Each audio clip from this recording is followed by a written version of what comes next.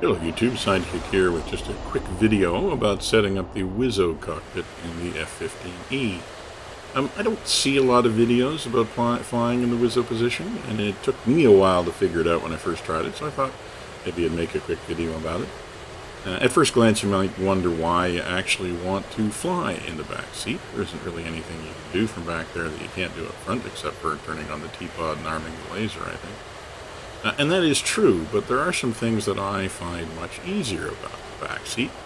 It's not just the four-screen layout, so why don't we just hop in the back, take a look.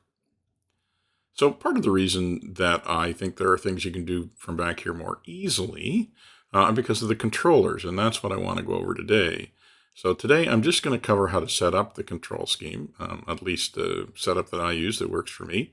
And I think it really allows me to take advantage of having more full-size controllers in the back seat, and I'll explain in a minute.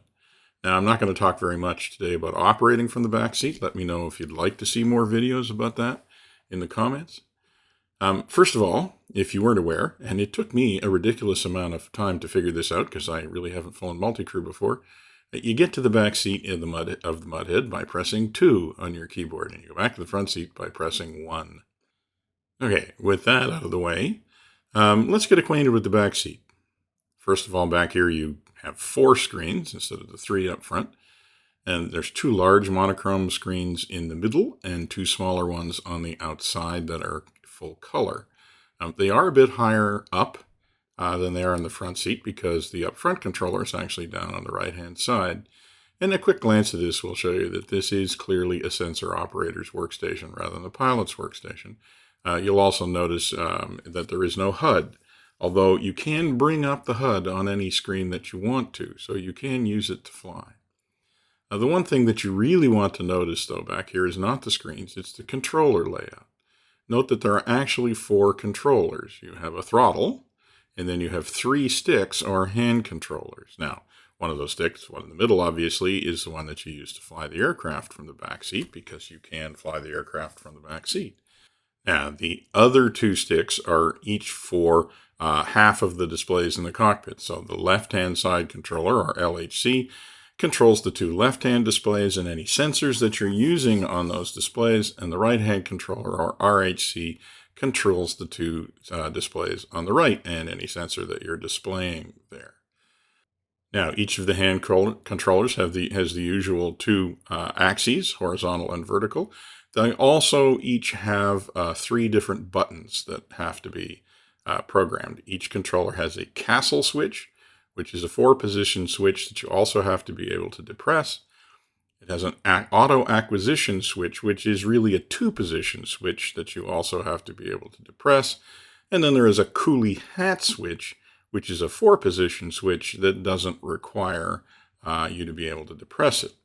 Now, that's a lot of buttons, and at first you might think that to properly make use of the WSO seat in DCS, you're going to need to find 2 more joysticks. But let me show you a way that you might be able to avoid that eventuality. Now, it's not, I have to say, it's fully immersive, because you're basically going to use your 1 joystick to stand in for all 3 of the joysticks in the cockpit, the joystick and the 2 hand controllers, by essentially programming a context switch that lets you swap between the modes that you want to use. Let me show you what I mean here. Okay, first of all, just a quick note on my setup. I have a Thrustmaster Warthog HOTAS. I also have a variety of other switch boxes that I use for various things, but today I'm actually just going to talk about the Warthog controllers. I should note that my joystick of the Warthog is on a 3-inch extension, which isn't a big deal, but it does matter a little for this, and I'll explain that in a minute.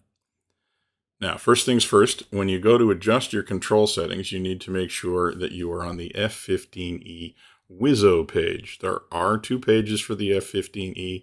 If you're not on the right page, you won't see what I'm looking at here. The other thing you want to notice on the DCS Adjust Controls page is something called modifiers, which is what we're going to take advantage of here today. Now, typically, modifiers would be a key combination, like an Alt or a Control key. But they can actually be any button on any of your controllers or any key combination.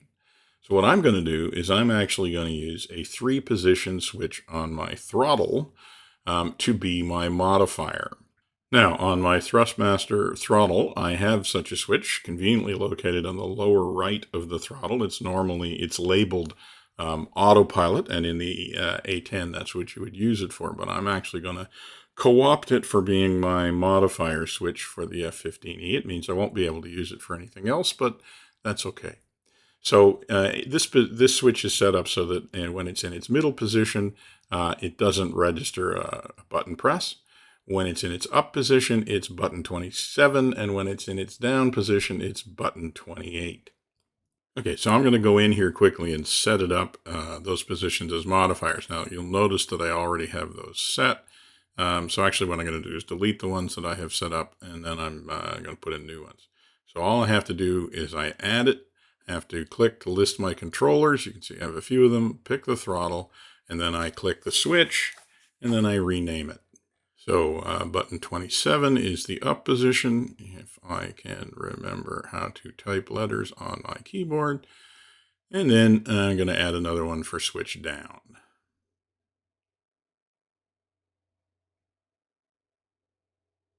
And that's the button 28 position. So with that, I have my modifiers all set up. And now I'm simply going to use a scheme where if the button is in the middle, I'm going to use my joystick like a regular joystick to fly the aircraft. If I flip the button to the up position, then I'm going to use my joystick as the right-hand controller. If I flip the switch to the down position, then I'm going to use my joystick as the left-hand controller. The advantage of this is that I never actually have to move my hand off the joystick. The other advantage of this is that I don't have to remember different button configurations on two different joysticks. Now, for what it's worth, when the joystick is in hand controller mode, I'm going to use the trim switch as the coolie hat switch, because that's kind of what it looks like. For the castle switch, I'm going to use the switch underneath the trim hat, because it feels a little bit like a castle.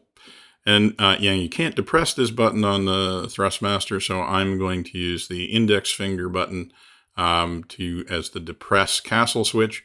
And then I'm going to use the thumb switch as the auto acquisition switch. I can press forward and aft, and I can actually depress that one. So that's the controller scheme that I'm going to use.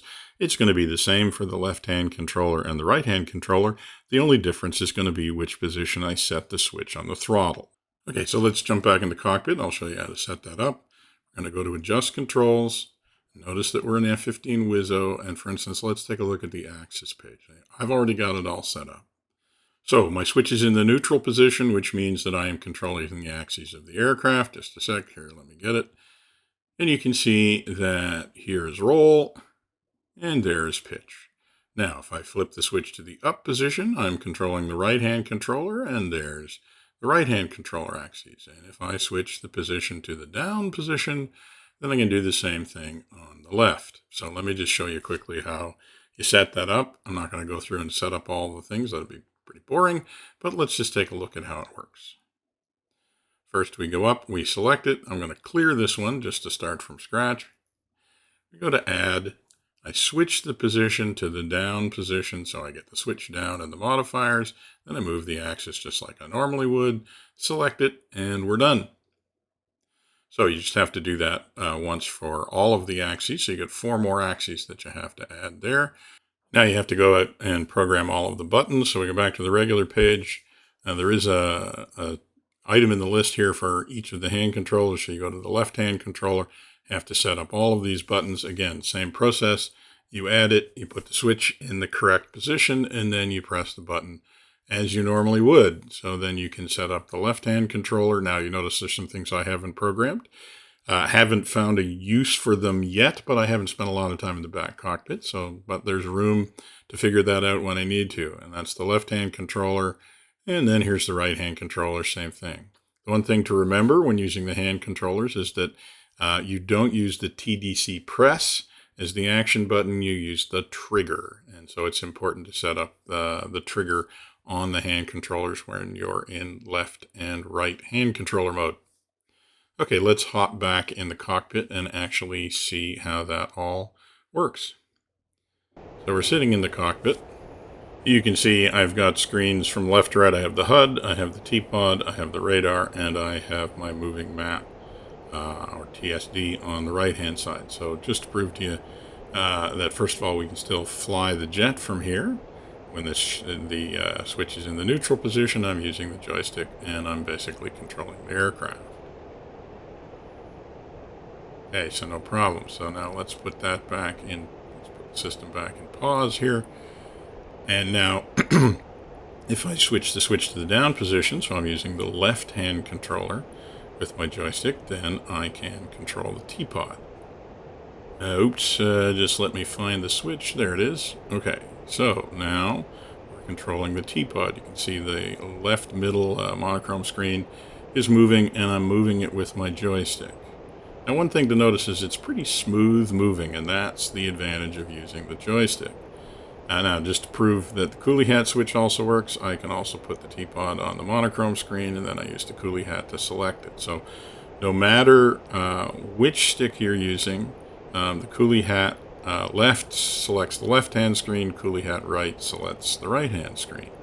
So just to prove that we can also use the right-hand controller. Now my switch is in the up position. I'm using the right-hand controller, and I am moving the cursor on the radar screen. So you can see I have it set up so that I can use my one joystick to control both functions of the aircraft, or use it as a left-hand controller, or use it as a right-hand controller.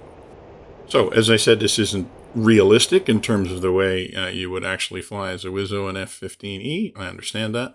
But I think it's a good compromise. It means I don't have to buy another set of joysticks.